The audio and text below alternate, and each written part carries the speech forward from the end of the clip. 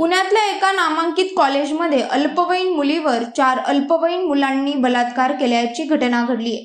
आरोपींनीच पीडितेवर कॉलेजच्या स्वच्छतागृहात बलात्कार केला, तसंच त्याचे व्हिडिओ बनवून त्या व्हिडिओद्वारे अनेक वेळा तिच्यावर बळजबरी सुद्धा केली।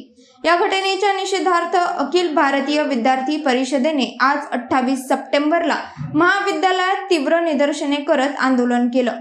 दोषींच्या विरोधात पोलिसांनी कारवाई केली आहे। मात्र महाविद्यालय प्रशासनाने हे प्रकरण सहजपणे घेतल्याचा आरोप करत या घटनेच्या निषेधार्थ अखिल भारतीय विद्यार्थी परिषदेच्या कार्यकर्त्यांनी आंदोलन केलं।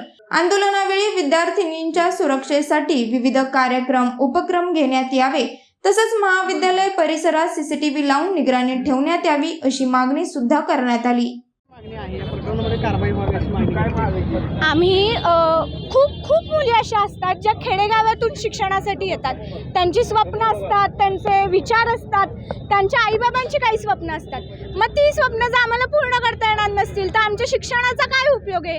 आणि जर शिक्षण जिथे आम्ही घेतोय त्या कॉलेजमध्ये जर आम्हाला सुरक्षा मिळत नसेल तर मग आम्ही शिक्षण घ्यायचं की नाही हा पहिला मुद्दा तयार होतो। आणि जर आम्ही शिक्षण घेतलं नाही तर तुम्ही सगळा हा समाज चालवू शकणार आहात का? एवढाच माझ्या त्या प्रशासनाला प्रश्न आहे की जर महिला तिथे उपस्थित नसतील तर तुम्ही हे प्रशासन व्यवस्थित चालवू शकता का? महिला उपस्थित असताना सुद्धा जर हे असं लाजिरवाणे प्रकार आपल्या कॉलेजमध्ये घडतायत तर महिला नसतील तर तुम्ही हे प्रशासन कसं चालवाल आणि पुढे कसं सगळं न्याल? एवढाच माझा त्या प्रशासनाला प्रश्न आहे। अर्थात व्हावी, कारण जर इथे महिलाच सुरक्षित नसतील, मुली सुरक्षित नसतील, त्या 11वी 12वीच्या मुलींवरती जर असे लाजिरवाणे प्रकार होत असतील तर या कॉलेजवरती पोलीस कारवाई झालीच पाहिजे।